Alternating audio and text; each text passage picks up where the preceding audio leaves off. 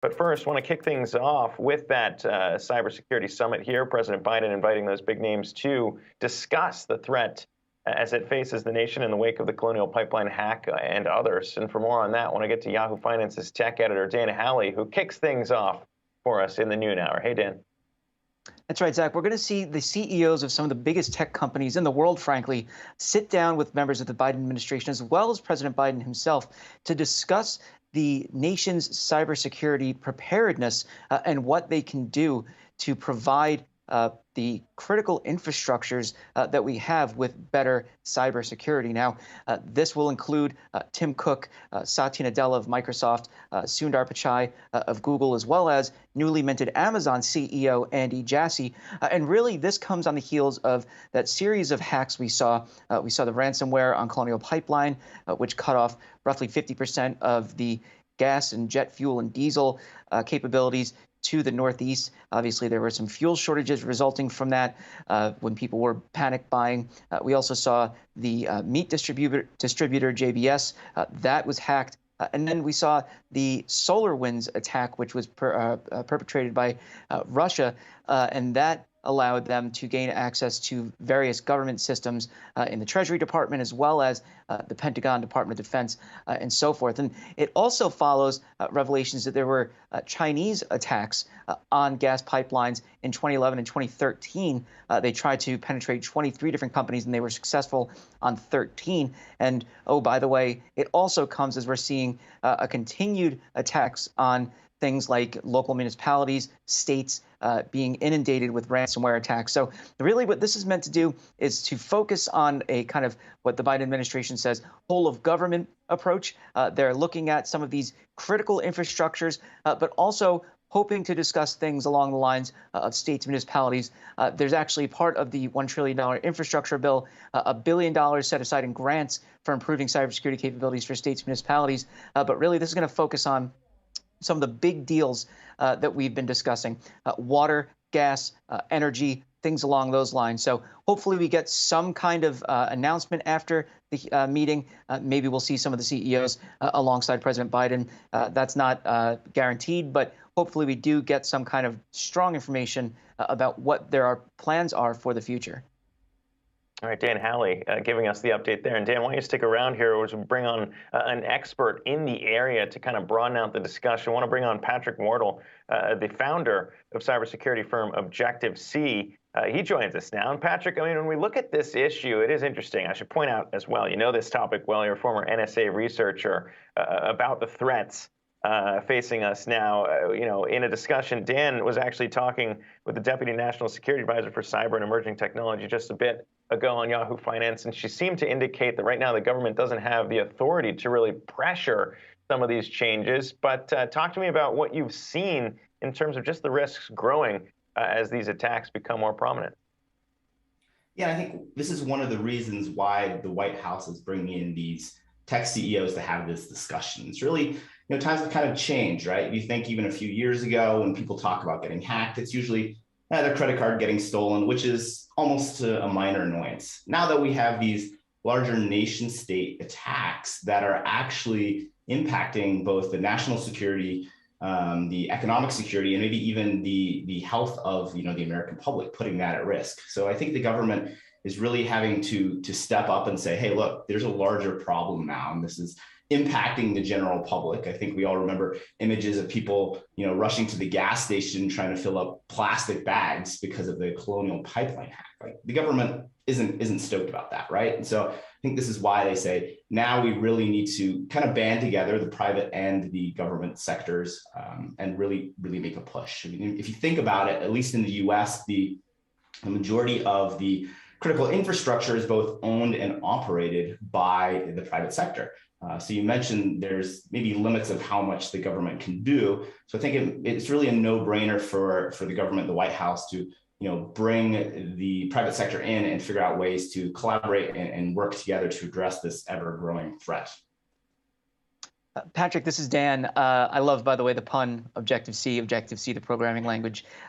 Really cool. I just want to, ask, as far as the various industries in the U.S., right? There's so many different organizations, so many different groups, trade groups. Then we have, as I said, the municipalities and states, and there's no guarantee that all of them are safe or are even following best practices. Let's put aside the fact that they're safe, because no one is ever really safe from cybersecurity intrusions. I guess, what is the best course of action to ensure that companies, trade groups, local governments are working to provide the best type of security, not just for themselves, but for the people that rely on them? Yeah, Dan, that's an excellent question. And that's a really good point. The unfortunate reality is the bar is currently pretty low. I believe for the Colonial Pipelines hack, there's research indicating that, it was a single compromised password that let the hackers in and then have this myriad of cascading effects, that made it all the way to the pump. So I think the good news for that is there's a lot of room for improvement. So I think if the government starts to collaborate more with the private industry, really try to maybe standardize some best practices, maybe we can address some of the low-hanging fruit, which will prevent, hopefully, at least some of these attacks. I draw a lot of parallels to the current pandemic. We have a lot of the tools already. So we have, for COVID, we have vaccine, we have mask mandates, social distancing. We kind of know what works. The issue, though, is in the implementation of that, right? Trying to get people to get the vaccine, wear masks, et cetera, et cetera. Well, the cybersecurity issues are almost the same. We know things like dual-factor authentication is a great mechanism to thwart most even sophisticated attackers. Why is this not widely deployed? Why is this not used? So I think really it's almost figuring out how we can implement these best practices. And as you said, Dan, there is a wide range of industries. And I think this is why there's perhaps some of the challenge here. But I think with maybe some government collaboration, some standardizations, we saw recently the White House pushed out a national security memorandum that said, hey, look, these are some of the requirements we're pushing, an annual review of your cybersecurity policy, making sure you have backups, et cetera, in case of a ransomware attack. I think these are definitely the right steps. It's really enforcing or even just, trying to implement these best practices that are pretty standardized already. Yeah, and they can certainly enforce those for government contracts too, and really flex their power there. When it comes to the threats, though, I mean, I'm not sure a lot of people would have expected, a meat producer to be a target for some of these attacks. And when you look at kind of how that's changed, I'd be curious to get your take on maybe which company stands as the most in the crosshairs here, which one looks to be the biggest target, because we've talked so much about PCs. Obviously, your company focusing on the operating system there on Apple's side, as that's grown and more people use those. So, I mean, when you look at the risks, which company in your eyes looks most poised to be maybe a victim of the rising threat? Yeah, that's an interesting question. And the problem is hackers are so opportunistic, they're just going to target everything and anything. So, say they want to go after a oil producer to pull off a ransomware attack. Well, they're first going to maybe start trying to hack the PC computers, the Windows-based computers. If those are locked down and secured, they're going to try the Mac systems. A lot of times we see Mac users perhaps overconfident in the security of those systems, largely because Apple marketing has told us for many years that essentially Macs can't be hacked. I mean, we all know that's really not the truth. If the Macs are locked down, maybe they're going to start poking on some of the IoT devices that really often are not as locked down as the rest of the network. So the bad news is it's like everyone's in this boat together, and really that's some of the challenges is the adversaries, the hackers really only have to find one way into the network, and then oftentimes the floodgates are open. So I think that's one of the reasons why too that the White House is bringing in so many different CEOs of tech companies and really trying to embrace the industry as a whole, because they correctly realize that it's almost like there's not one specific company that will be targeted. It's really all of them. And as I mentioned, these incredibly opportunistic hackers really just need to find one way in. Patrick, I just want to ask, we look at how many different groups there are that need to step up their cybersecurity game, right? Companies don't necessarily provide as much funding towards cybersecurity as they probably should.